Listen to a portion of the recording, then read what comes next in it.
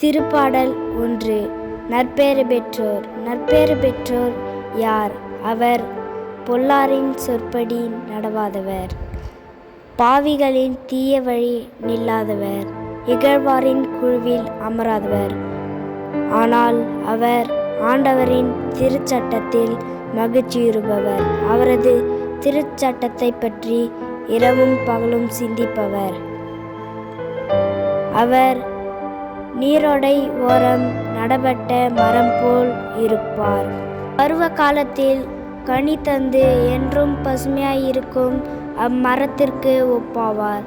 தம் செய்வது அனைத்திலும் வெற்றி பெறுவார். ஆனால் பொல்லார் அப்படி இல்லை. அவர்கள் காற்று அடித்து செல்லும் பதரை போல் ஆவார். பொல்லார் நீதி தீர்ப்பின் போது நிலை நிற்க மாட்டார். பாவிகள் நேர்மையாளரின் மன்றத்தில் இடம் பெறார். நேர்மையாளரின் நெறியை ஆண்டவர் கருத்தில் கொள்வார். பொல்லாரின் வழியோ அழிவை தரும்.